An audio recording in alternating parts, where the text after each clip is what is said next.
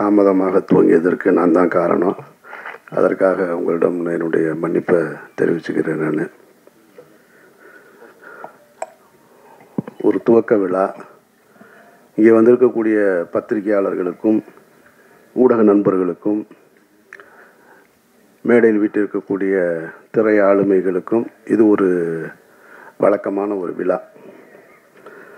ஆனால் சாமுக்கும் அவனை சுற்றி இருக்கக்கூடிய புதியவர்களுக்கும் தங்களுடைய வாழ்க்கையை துவங்குகிற ஒரு நாள். அது ரொம்ப முக்கியமான ஒரு நாள். நிறைய பூஜை பார்த்துருப்போம். எல்லா பூஜையும் ரொம்ப பிரம்மாண்டமாக நடக்கும். ஆனால் அதற்கு பின்னால் அந்த படம் சார்ந்த கிளைகள் என்னன்னு கேட்டால் நம்ம மனசுலேயே நிற்காது. ஸோ நான் எனக்கு இங்கே உட்கார்ந்துருக்கும் பொழுது நீங்கள் எல்லோரும் பேசிகிட்டு இருக்காங்க, காது சத்தம் கேட்டால் கூட எனக்கு சேதுவை எப்படி தொடங்கணுன்றது தான் ஞாபகத்தில் வந்துக்கிட்டே இருக்குது. அவன் இப்போ சிரிச்சுக்கிட்டு நிற்கிறான். இப்படிலாம் நாங்கள் சிரிச்சுக்கிட்டுலாம் கூட இல்லை. முதல் படத்தை துவங்கும் போது ஒரு பதட்டத்தோடையே இருப்போம்.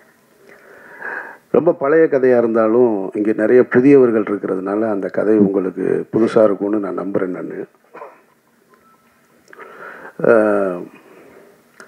88, 89 காலகட்டங்களில் சென்னைக்கு வந்துட்டார் பாலா. நானும் அவர் தான் சென்னைக்கு ஒன்றா வந்தோம். அவர் பாலுமேந்திரா சார்ட்ட உதவி இயக்குனராக சேர்ந்து 93 முதல் முறையாக படம் பூஜை போடப்பட்டது. பாலா இயக்குனராக அறிமுகப்படுத்தப்பட்டார். அந்த படத்துக்கு பேர் அகிலன். தமிழ் சினிமா வரலாற்றிலேயே அல்லது இந்திய சினிமா வரலாற்றிலேன்னு கூட சொல்லலாம். காலையில் பூஜை போட்டு அன்றைய மாலையே படம் ட்ராப் ஆன படம் அந்த படம் தான். அப்படி ஒரு ஹிஸ்ட்ரி அந்த படத்துக்கு இருக்குது. அகிலன்ற டைட்டிலில் காலையில் பூஜை, மாலையே இந்த படம் ட்ராப் இனிமேல் பண்ண மாட்டாங்க அப்படின்னு சொல்லியாச்சு.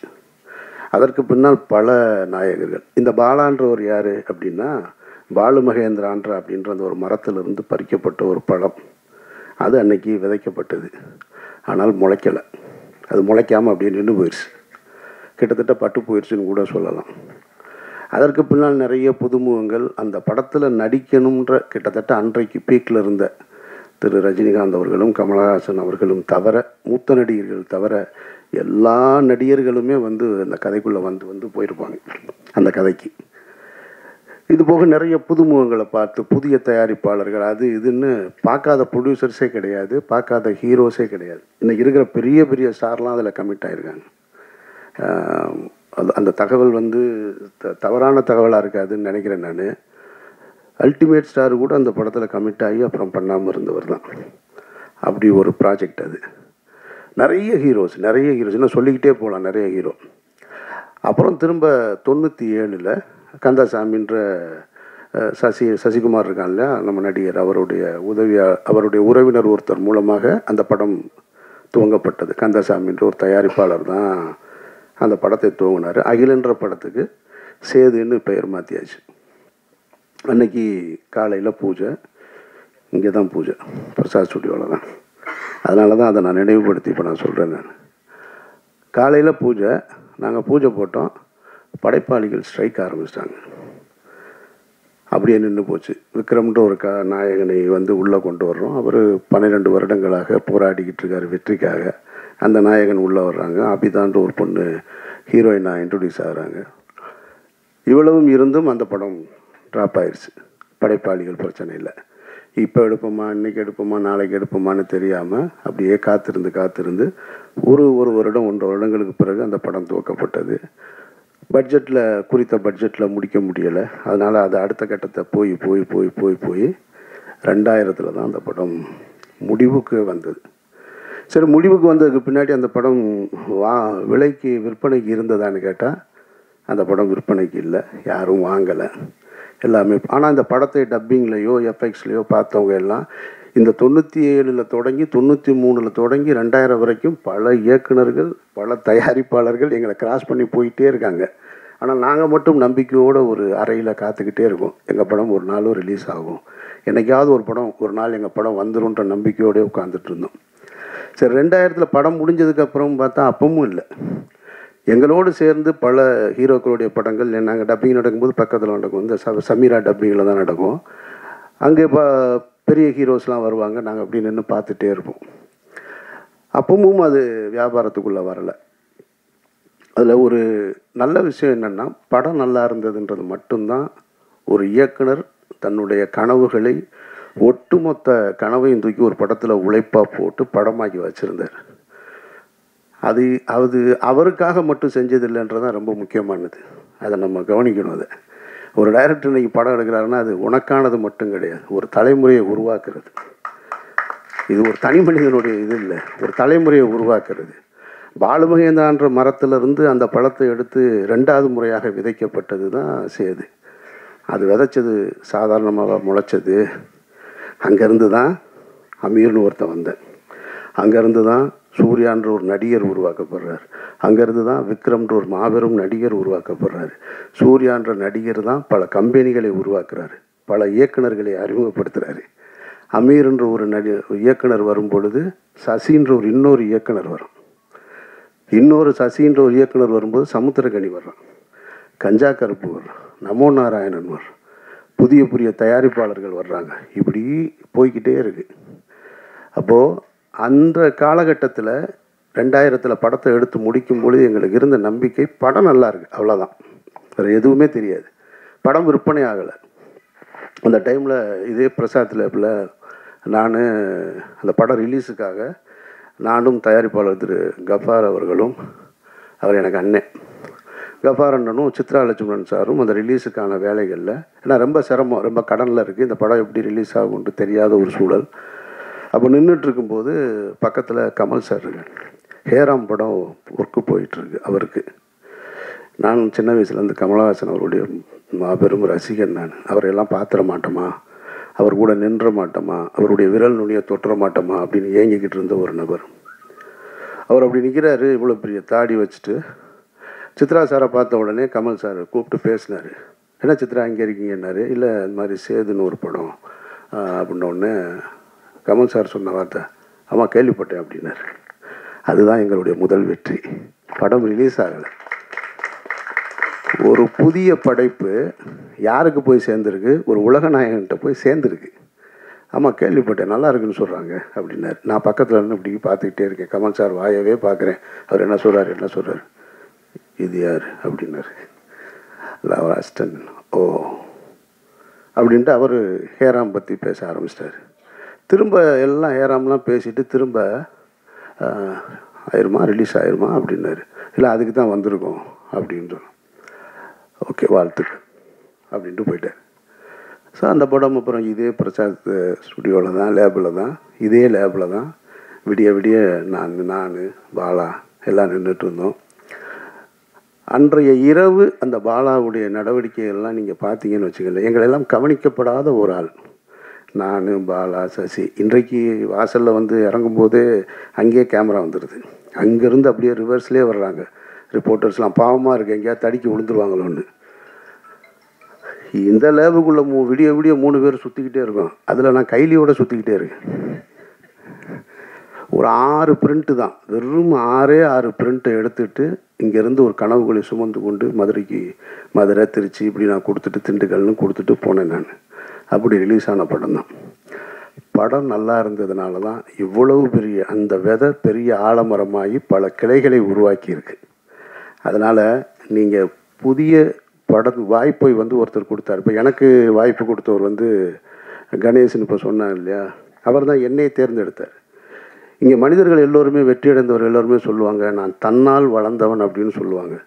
உலகத்தில் ஒருத்தன் அப்படி இல்லவே இல்லை. தன்னால் ஒருத்தன் வளரவே முடியாது.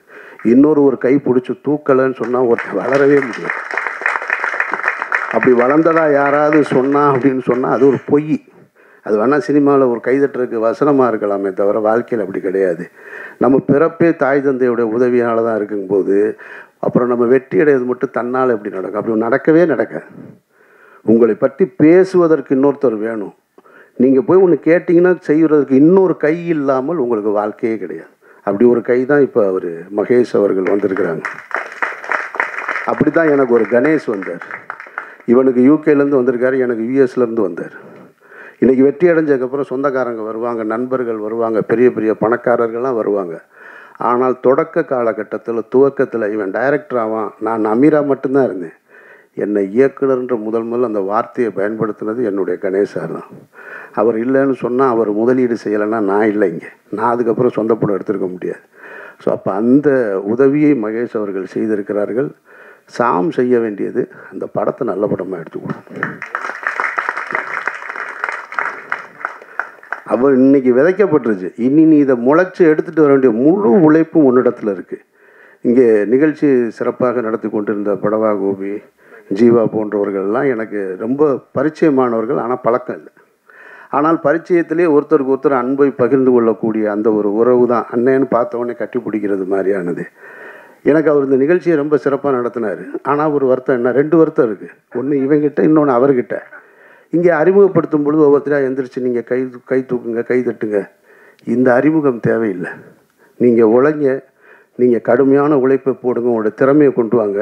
உங்கள் பேர் சொன்னோடனே அவங்க கை தட்டுவாங்க, அவங்க கை தட்டுவாங்க. நம்ம போய் ஒருத்தரை காமிச்சு உங்களுக்கு கைதட்டி, எனக்கு பிடிக்காத செயல் மேடையில் ஒருத்தரை அழைக்கும் போது நீங்கள் கைதட்டுங்கன்னு சொல்கிறது அது தேவையே இல்லை. நீங்கள் உழைங்க, உங்களுடைய திறமை கைதட்டல் வந்துக்கிட்டே இருக்கும். ஆட்டோகிராஃப்னு ஒரு திரைப்படத்தை எடுத்துகிட்டு சேரன்ற ஒரு இயக்குனர் லயோலா காலேஜில் ஒரு ஃபங்க்ஷன், தண்ணீர் தேசம்னு ஒரு படத்துக்கான துவக்க விழா, பப்ளிக் ஃபண்டில் அந்த படத்தை எடுக்கிறதுக்காக ஒரு ஓப்பன் கிரவுண்டில் ஒரு ஸ்டேஜ் போட்டிருந்தாங்க. அப்போ ஆட்டோகிராஃப் ரிலீஸ் ஆகிருக்கு. நாங்கள்லாம் உட்காந்துருக்கோம். சேரன்ற இயக்குனர் கார்லேருந்து இறங்கி அப்படி உள்ளே வர்றாரு. கிட்டத்தட்ட ஒரு 2000 பேர் அமர்ந்திருந்த ஒரு அரங்கம், அது ஓப்பன் ஸ்டேடியம். 2000 பேரும் அவர் காரிலிருந்து இறங்கி மேடைக்கு வருவது வரைக்கும் கைதட்டலை துவங்கியவர்கள் நிறுத்தவே இல்லை. சேரனுக்கு கிடைத்த மிகப்பெரிய அங்கீகாரம் அது, ஆட்டோகிராஃப்ன்ற படத்துக்கு கிடைத்த ஒரு அங்கீகாரம். அப்போ நம்மளுடைய உழைப்பும் நம்மளுடைய திறமையும் கைதட்டலை பெற்றுத்தரும்ன்றது தான் மறுக்க முடியாத உண்மை. 2வது, எனக்கு இவனை என்கிட்ட இருந்து சசிகிட்ட சமுத்திரக்கனிகிட்ட போயிட்டான்னு சொல்கிறத விட கனி எடுத்துக்கிடுவான். அதில் பெரிய கில்லாடி அவனுக்கு தெரியும் யார் யாரை தூக்கிட்டு போகணும்னு. சசியை தூக்கிட்டு போனான், இவனை தூக்கிட்டு போனான், இந்த நடராஜன் என்னுடைய காஸ்டியூம் அவனை தூக்கிட்டு போயிட்டான். எல்லாரையும் எடுத்துகிட்டு ஓடிடுவான். ஆனால் அது கடைசி நேரத்திலாம் சொல்லுவான், முன்னாலேயும் சொன்னால் நம்ம எதுவும் சொல்லிடுவோன்றதுக்காக. அப்படி ஒரு சரியானவனை எடுத்துக்கிட்டான். எனக்கு என்ன ஒரே ஒரு வருத்தம்னா, டைட்டில் மட்டும்தான் வருத்தம். ஒருவேளை இது பெரிய ஹிட் ஆனாலும் ஆகலாம். ஆனாலும் யோலோ அப்படிங்கும்போது ஒரு முதல் படத்தை இயக்குனரை எப்படி அழைக்கணுன்றது இருக்குல்ல, இவனை எப்படி கூப்பிட்றதுன்னு தெரில. யோலோ சாமுன்னு கூப்பிடணும் போல இருக்கு. அதனால் அதுக்குள்ளே இருக்கிற ஆழமான அர்த்தம் இருந்திருந்தாலும் வேறு பேர் பரிசீலனை இருந்திருக்கலாம், சொல்ல முடியாது. ஒருவேளை ஆட்டோகிராஃப் வைக்கும்போதும் இந்த மாதிரி தான் இருந்தது. ஆட்டோகிராஃப் ஏன் வச்சாங்கன்னு சொல்லி. ஆனால் அதுவே பெரிய ஹிட் ஆயிடுச்சு.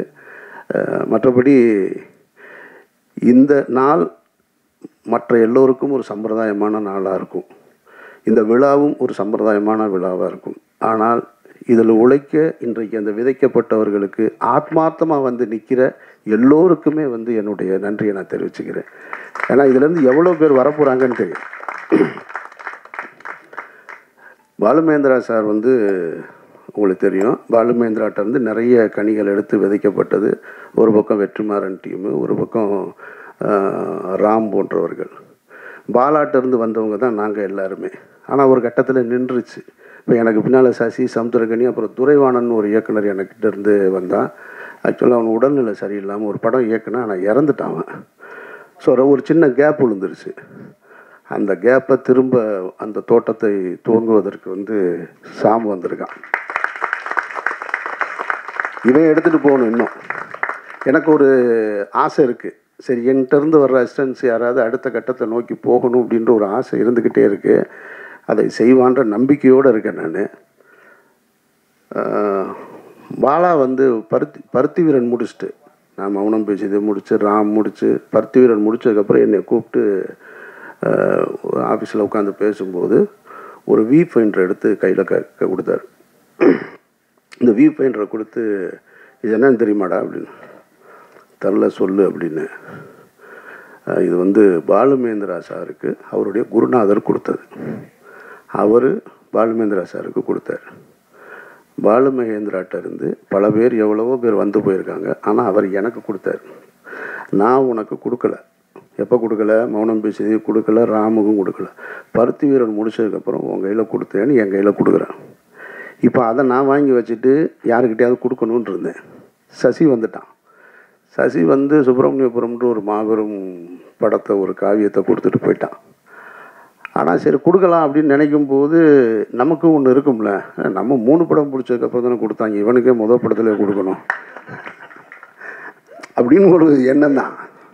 கொடுத்துருக்கணும் உண்மையிலே அவன் கையில். ஆனால் அது ஒரு வகையில் கூட நல்லதாக போச்சு கொடுக்காமல் இருந்தது. ஏன்னா அது யாருக்கிட்ட போகணும்னு அது முடிவெடுத்துக்கிறது அப்படின்னு நான் நினைக்கிறேன். நான் ஏன்னா அவன் அடுத்து டைரக்ட் பண்ணல, அடுத்தடுத்து முழு நேர நடிகராக மாறிட்டான். நம்ம கொடுத்துருந்தேன்னு வச்சுங்க, அங்கேயே தேங்கி இருந்திருக்கும். அப்போ அது இன்னும் என்கிட்ட தான் இருக்குது. அதை பெறுவதற்கான சந்தர்ப்பம் சாமிக்கிட்ட இருக்குது. இறைவன் அருள் இருந்தால் அதை நீ பெற்றுக்கொள்ளலாம். மற்றபடி இந்த ஒட்டுமொத்த குழுவிற்கும் என்னுடைய நெஞ்சார்ந்த வாழ்த்துக்கள். ரமணா, சிவா, மற்றபடி புதிய கலைஞர்கள் எல்லோருக்கும் என்னுடைய நெஞ்சார்ந்த வாழ்த்துக்கள். இறைவன் அருளால் இந்த படம் மிகப்பெரிய படமாக வரணும் அப்படின்னு நான் வாழ்த்துறேன். நன்றி.